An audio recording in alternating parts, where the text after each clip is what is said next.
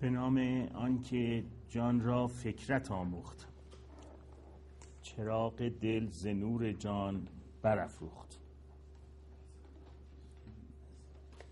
This is a poetry by Shabestari.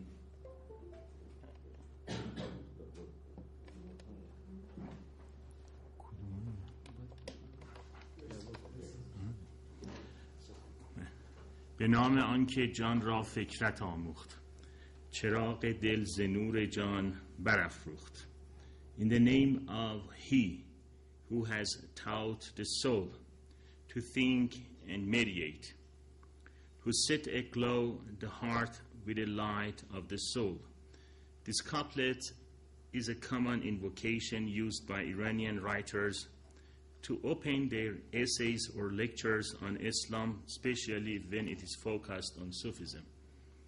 It is versified by Sheikh Mahmud Shabestari, the famous Iranian Sufi poet at 14th century, in his magnificent book Gulshan Raz, meaning the rose garden of divine mystery. The style of the book is in a form of answering to the questions asked by another Sufi sheikh.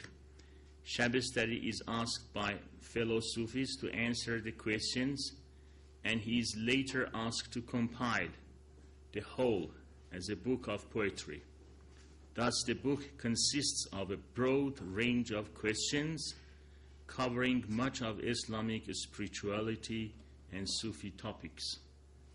The Gulshan Raz has been held in such esteem in the Islamic world that thousands of commentaries were written by various Sufis to explain its mystery and complexity.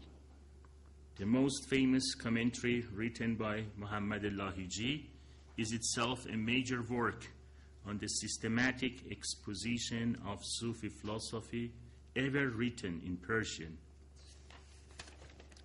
There is an English translation by Robert Abdul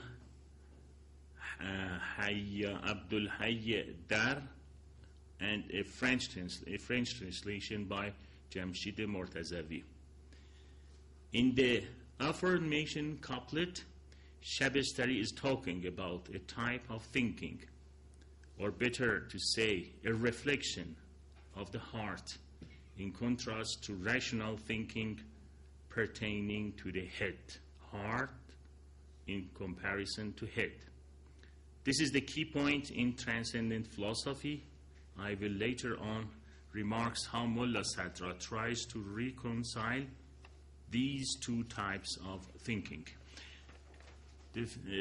What I have read at the beginning of my speech is a famous couplet of poetry by Shabestari. به نام آنکه جان را فکرت آموخت، چراغ دل ز نور جان برافروخت. He's talking about the thinking of the heart, not the thinking of the mind. And usually, as I explained, people start sometimes in Iran when they want, instead of saying Bismillah ar-Rahman ar-Rahim, they say this poetry refers to Bismillah ar-Rahman ar-Rahim, so they start with this couplet of poetry. Okay, as my friend Mr. Asghari explained, what I'm going to do today is, some part is a philosophical task, and in another aspect it's a historical reading of the Sufism, and at the end I will try to show how Sufism in Safavid period, the time that Mullah Sadra lived, was flourished and how it was attacked. It's very important that we have two things. There are people, philosophers, who are followers of the Sufism, and there are jurisprudents who are against Sufism, and how they try, each one try to show how his thinking is more authentic in Islamic respect. I will start with a question: what is Sufism and how is it related to Islam? I think it's at the beginning it's an easy question, but at each time I will repeat this, because what I'm trying to say here is that I'm not talking about Sufism as a sect or like the other Islamic sects, but I'm more concerned with Sufism as a thinking. And it's very important to know that perhaps you will not be very fond of some rules and manners of the Sufi tariqs, Sufi orders, but it's not the question of it. It's the question of Sufi thinking that we are concerned with here in these discussions. Mullah Sadra is concerned with it. So I started a question: what is Sufism and how is it related to Islam? Sufism is the spiritual dimension of Islam. Many Orientalists and historians of Islam think that Sufism is a sect that appeared relatively late in the history of Islam. This view is a result of the fact that they focus on written works and consider the appearance of the term Sufism, tasawwuf, to mark its inception. Or they imagine that Islam is confined to jurisprudential precepts and conclude that Sufism must be something foreign to Islam. However, if we pay close attention to the teachings and sayings of the Sufis, we will find that Sufism is a title that has been given to the spiritual aspect of Islam, what we call it tariqah, but whose truth is rooted in the very core of Islam itself. Historically speaking, Sufis are not regarded as forming a separate sect in Islam, nor do they claim to be such. They can be found within the major Islamic schools and denominations and the bridge between them. I mean, if we look at the word, they usually refer to themselves when they say we are tariqah. Tariqah in Arabic means way. They do not say we are a sect. They say we are a way. And a spiritual way. A spiritual way. And this is why we can find Sufi thinking in philosophers, in mutakallimun, dogmatic theologians, even in the jurisprudence. There are jurisprudence. There are ulama who are following Sufi thought. They are ulama in one respect. They are jurisprudence in one respect, and they are following Sufi path in another respect. So one should take this point into consideration. Otherwise, we will find difficulty that how we can say that Mullah Sadra was following a Sufi path. I will explain more. According to a division made by the Sufis, Islam has two aspects. The outward aspect, which includes the Sharia, meaning the precepts of Islamic law, and the inward aspect called tariqah, which is the spiritual way. Together, these two aspects lead to the haqiqah, the truth. This trilogy of Sharia, tariqah, and haqiqah is the key concept of understanding Sufism. That Islam has three dimensions, three aspects: Sharia, including the Islamic precepts, Islamic laws; tariqah, which means the spiritual path; and the goal of Shariat and tariqah. Also, Shariat means way. The difference is that the Shariat is a broad way, and tariqah is a narrow way. But both have one goal, which is haqiqah. Haqiqah meaning truth, which is God. So the difference between the ulama and the urafa, the Sufis, are in this main important point, that the Sufi considers themselves the follower of Sharia and tariqah. But the ulama considered themselves to be only the follower of Sharia, and they said there is no other thing, as the Sufi called it, tariqah. They say Islam is confined to precepts, and the precepts itself is the spirituality of Islam. But according to the Sufis, it's not the case.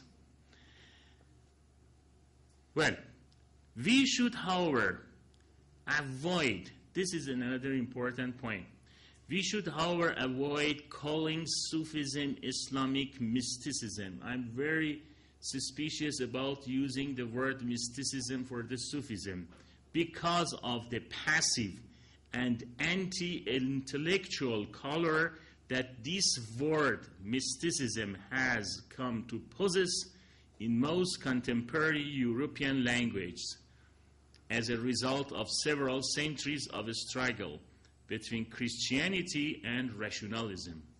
It is likely that because mysticism deals with what lies beyond rationality, popular culture identifies usually mysticism with magic and occult powers.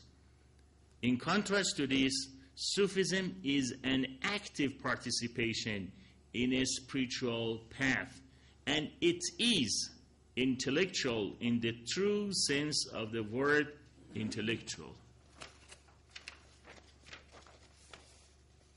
Well, these were my introductory notes to go into the details of Sufism in Mullah Sadra. But before that, I would like to explain some other historical points. Historically speaking, Sufi thought has always been the most influential way of thinking in Iran, both in theory and praxis, until Safavid period. This is why some Orientalists say that actually Sufism is the outcome of Iran and it has nothing to do with Islam. It's a mistake.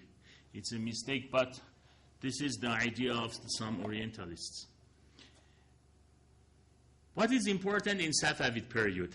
Safavid is a period in which Safavid is a period usually recognized as a time in which Persia regained its political and social unity, and Islamic civilization and culture in Iran, including arts, reached its zenith of perfection. But it's rarely realized that this epoch, this period, was also one of the most active periods in the intellectual life of Islam, a period when the problem of the relation between science, knowledge, and faith found its ultimate solution, and revelation and reason became blended harmoniously in the spiritual background of Shiism, which had become the official religion of Persia. We know that in the Safavid period, Shiism became the official religion of Iran. But I should add something else, that yes, Safavid is a high-ranked civilization, but it is also a period in which the decline of the Islamic civilization and thought in Iran begins. It reminds me of the English proverb. There is a proverb in English. They say that the jet, water jet, when it reaches its height, at once begins to lose its height. The water jet, when it reaches its height, at once begins to lose its height. فواره وقتی به بالا میرسه شروع میکنه به سقوط کردن. In Persian we say. This is what we see in the Safavid period. We see that it is the zenith of perfection. It is the full perfection of Iranian Islamic civilization, And it is also the beginning of the decline of that civilization. And it is important to see the works of Mullah Sadra, his followers, and there are other people who are not followers of Mullah Sadra, but they show also how this decline is starting. This is why Sufism in the Safavid period took on a rather complex form. The Safavids actually stemmed. It's very interesting, it's very paradoxical that Safavids actually stemmed from a Sufi order attributed to Sheikh Safiuddin Ishaq Ardebili, lived in 1334. Yesterday was his anniversary. We had a very big conference in Tehran, anniversary of this Sheikh Safiuddin Ardebili.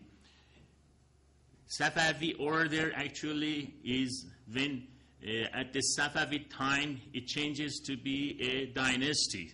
I mean, it's an order of Sufism changes to be a dynasty in the Persian kingdom. After so they were the follower of Sheikh Safiuddin Ishaq Ardebili. After the demise of the Sheikh, his children and grandchildren became the spiritual guides of the Safavi order. The sixth descendant of Sheikh Safiuddin was Shah Ismail, the famous king, founder of the Safavid dynasty, who was also regarded as his spiritual heir.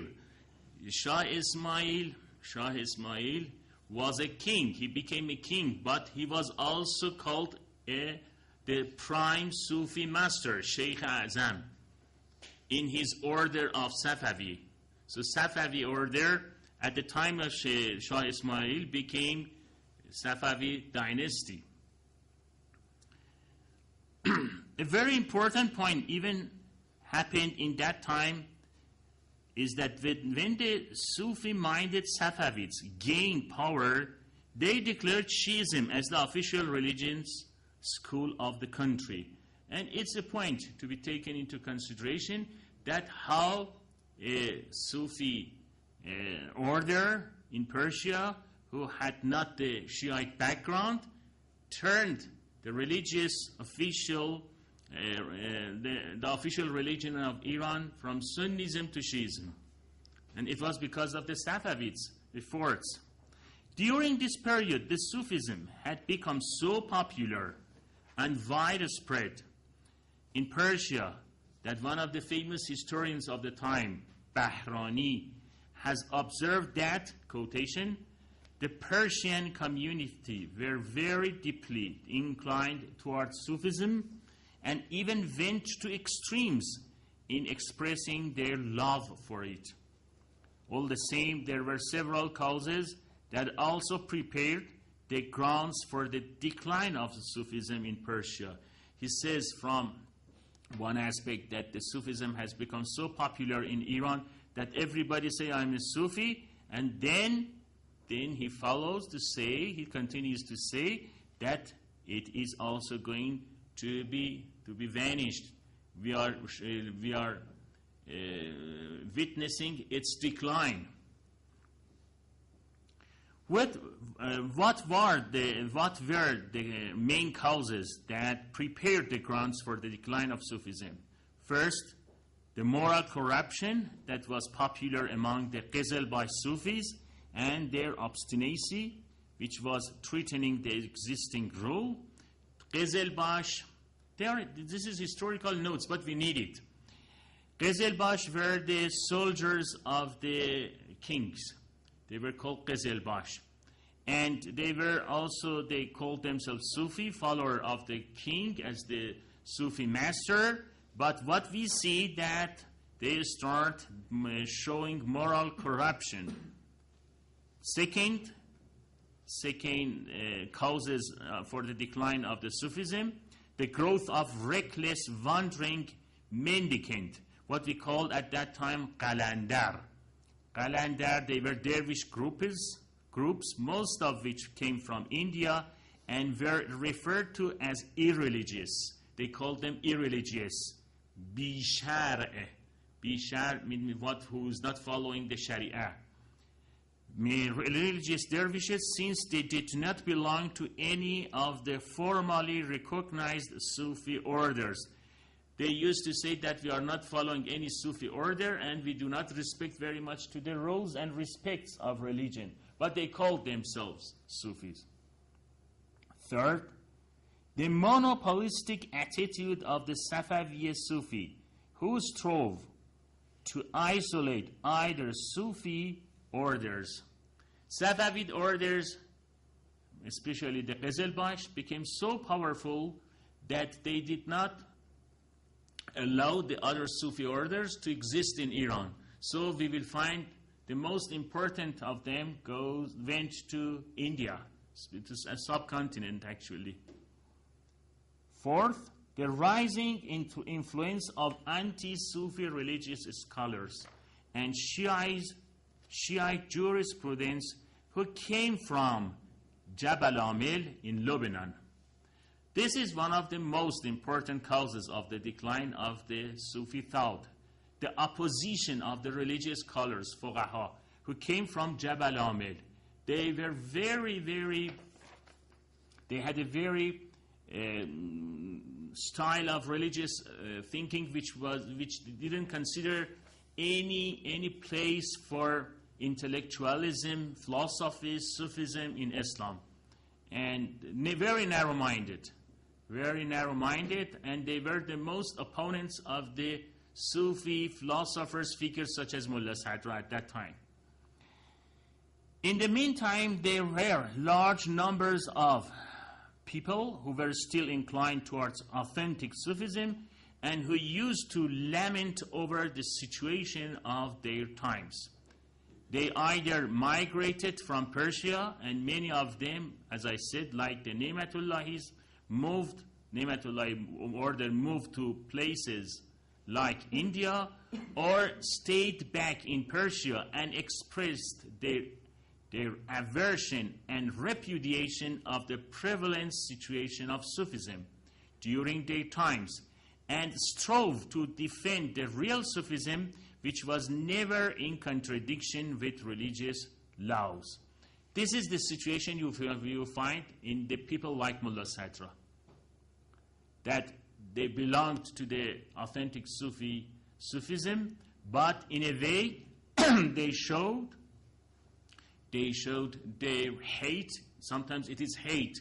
They showed their opposition to the current Sufism that especially was a label for the Sufi kings. To elaborate further, it was obvious that most of the thinkers and philosophers of that period harbored Sufi inclinations. They practiced dissimulation. Dissimulation is a religious term we use in Shiite context. We say taqiyya. Taqiyya means that you hide your true feelings towards something. They practice taqiyya. They practice dissimulation about Sufism. They didn't say that they are Sufi sometimes.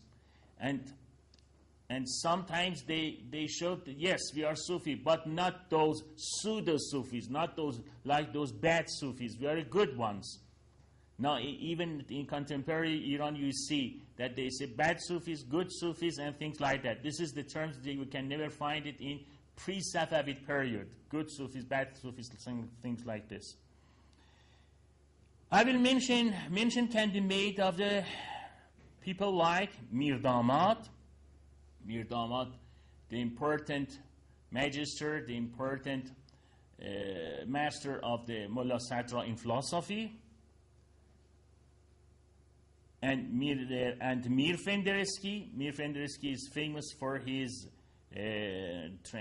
translation of the Indian books. It's very interesting.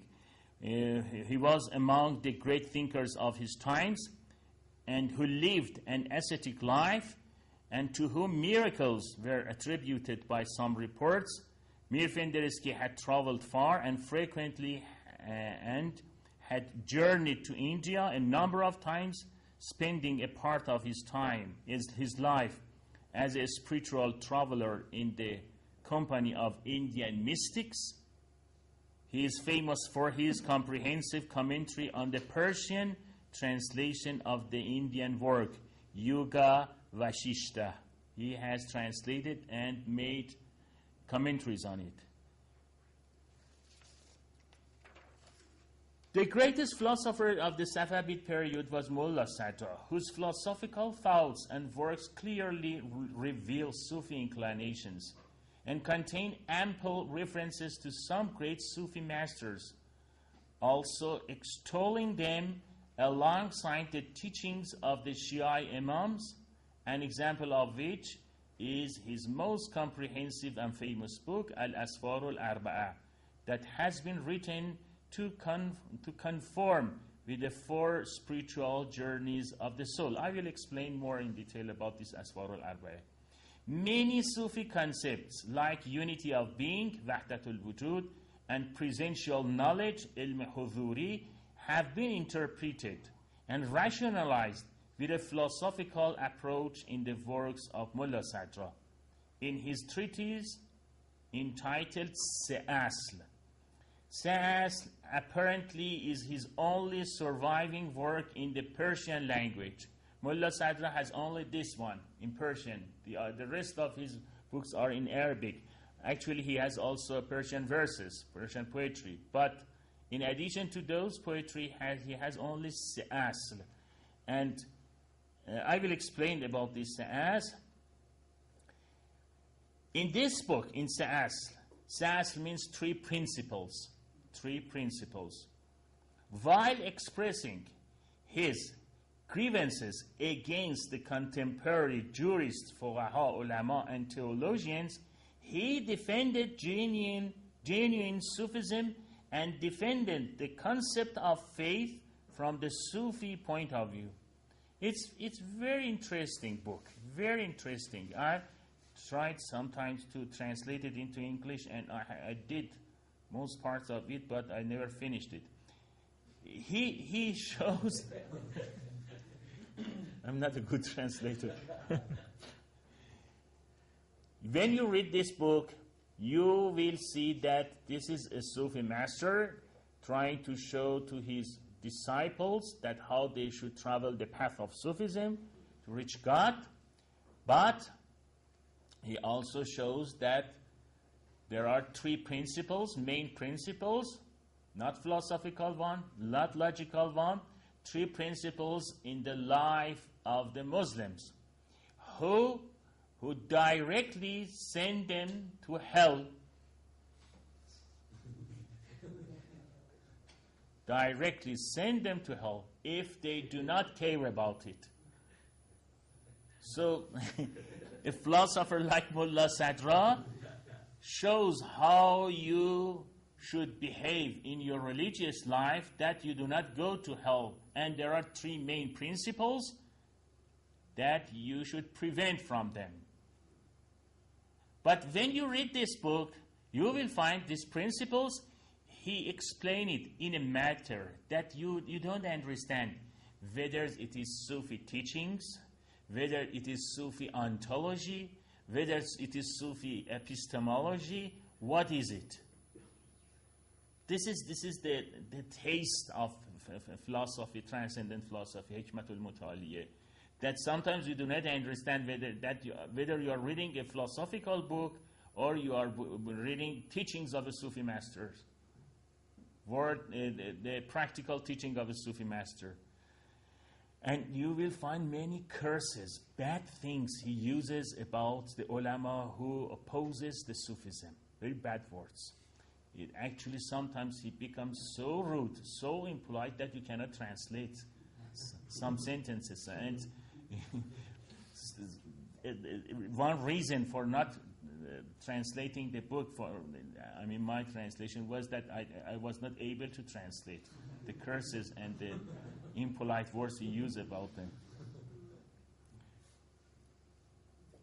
Another example showing the Sufi atmosphere at that time was Faiz Kashani. Faiz Kashani was the student, famous student. He's very famous in Iran. Perhaps you have seen the Faiziye school in Qom, or if you have, did you go there? Not yet. You will see Faiziye, the school of Faiziye. Faiziye is the most popular and famous school in Qom, Faiziye. And the Faiziye is the name referring back to the Faiz Kashani. Faiz Kashani was the student and son-in-law of Mullah Sadra, and the spiritual disciple of Sheikh Bahai. Sheikh Bahai was the very famous Sufi jurisprudent. I said that we have Sufism in many different types of thinking in Islam. Sheikh Bahai was a jurisprudent. He was one of the famous ulama, fuqaha. He was an architecture. He was a mathematician, and he was, according to some reports, he was also the master of Mullah Sadra and Faiz Kashani both. He had written a number of works ranging from exegesis of the Quran to books in the areas of theology, hadith, Islamic jurisprudence, Islamic fiqh, Islamic mysticism, and Sufism. In some of his works, like Al-Muhakameh, Faiz Kashani, famous book, he has written 3 autobiography. Faiz Kashani has written 3 autobiography, in each of which he shows the situation of the intellectual and spiritual thinking in the Safavid period at its decline. There are good sources to understand what was happening at that time. If someone wants to know what was happening, first he should read Sa'asl of Mullah Sadra, and then 3 autobiography of Faiz Kashani. He, in his famous Muhakeme, he has censored both the fake Sufis as well as the ignorant scholars, both, who harass the true Sufis. While in some of his books, like Sharh Sadr, Sharh Sadr is a term coming from the Quran, meaning opening of the heart, he has defended genuine Sufism and the path of spiritual wayfaring, claiming that Sufi teachings were the very essence of all learning and legacy of the divine prophets. In the view of Faiz Kashani, based on the Risalatul Haqqul Mubin, the capacity to extract religious principles and laws calls for insight. Even in his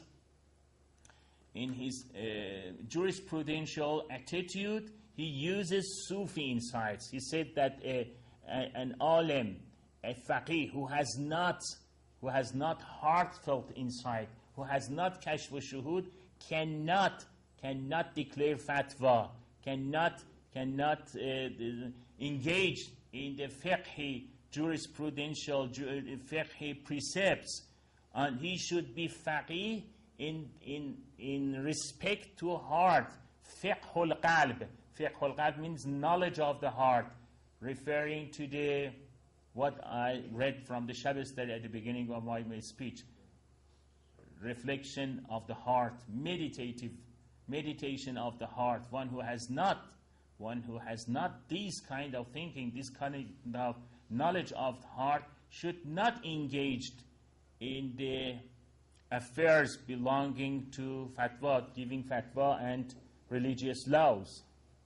You can see the influence of his taste of Sufism even in the matters of precepts of Sharia.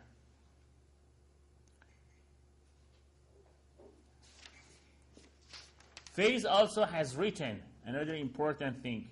Faiz had also written the book Al-Mahajjatul Bayza, which is a revised version of Ihya Ulumuddin of Ghazali. He has written Mahajjatul Bayza. Mahajjatul Bayza is a revised is a revised version of Ihya Ulumuddin of Ghazali. You can say 80% perhaps of the narrations, prophetic narrations in the Ihya Ulumuddin, you will see it again in Mahajjatul Bayza. In a way, he wants to revivify, to make a new life to the science of religion. So he refers to Ihya Ulumuddin Ghazali and the task he was doing, what was doing Ghazali in centuries before him, he tries to do in this Safavid period. This shows that how he compared the period of Ghazali with his period and doing the same task of giving life to the religious sciences, Ihya Ulumuddin. It was probably because of the disturbed situation and out of the fear of allegations of involvement in Sufism that even the great scholars of this period, holding inclinations toward Sufism and who had chosen to remain in Persia, did not maintain any overt connection with the existing Sufi orders of Iran. If they had any Sufi conceptions, they kept them secret. All this make it difficult to know from which Sufi orders some of these scholars may have taken their spiritual instructions or which spiritual master they followed. If they did have active Sufi connections, it would have to be with one of the three main orders that were active in